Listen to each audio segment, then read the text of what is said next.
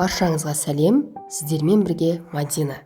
Бүгін осындай бір жасағаннан шығатын, витаминге өте бай, анемияның, қаназдықтың алдын алатын өте керемет торт, бауырдан торт жасайтын боламыз.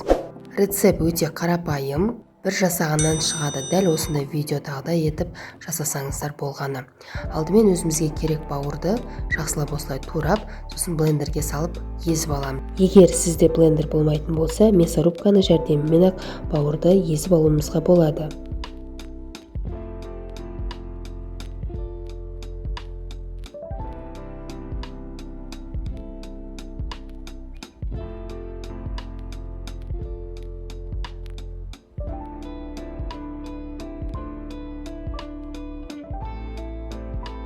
Мінекей дайын болған бауырдың үстіне жұмыртқа және тұзымызды салып, жақсылап тағы да блендермен араластырып аламыз. Дайын болған массаларды біріктіріп, үстінен сүт және де ас содасын салып, жақсылап араластырып аламыз. Араластырып болғаннан кейін үстінен електен өткізіп ұнды саламыз.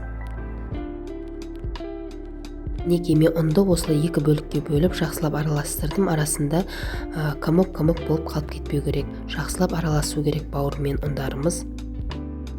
Енді дайын болған массамыздың үстіне сұйық майымызды құямыз, сосын жақсылап араластырамыз. Араластырған кезде қатты қою емес, сұйық емес, осындай қоймалжың масса шығу керек. Мінекей мен осындай блинчик пісіретін табаны жақсылап қыздырдым, сосын майды жағып, осылай үлкен қасықтың көмегімен бір келкі қылып жағып алдым.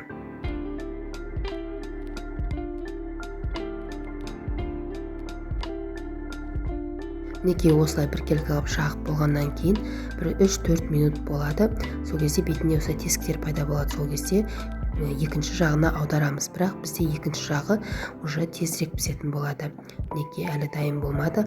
Астына қойып, мінекей осылай дайын болатын болады. Менің балаларым осы блинчикті бауырдан жасалған осы күйінде жегенді өте жақсы көреді. Мені жақтан пісіріп тұрған кезде олар 2-3-еуден алып жеп тұрады. Енді салмасына біз майды қыздырып, үстінен пияз және сәбізді теркадан өткізіп, қара бұрыш және тұзды қосуды ұмытпаңыз. Осылай бұқтырып қоямыз. Енді бұқтырылып отқан кезінде біз арасына жағатын соусын дайындайтын боламыз. Бізге сарымсақты осылай майдалап алып, үстіне майонезді салып, қалауыңыз бойынша укроп салсаңыздар болады, жақсылап араластырамыз. Енді кезек-кезек қылып, бірінші блинчигімізді қойып, осы бауырдан жасалған үстіне майонезімізді жағып, үстіне салмасын салып, кезек-кезек қойып, біткенше қойып шығатын боламыз.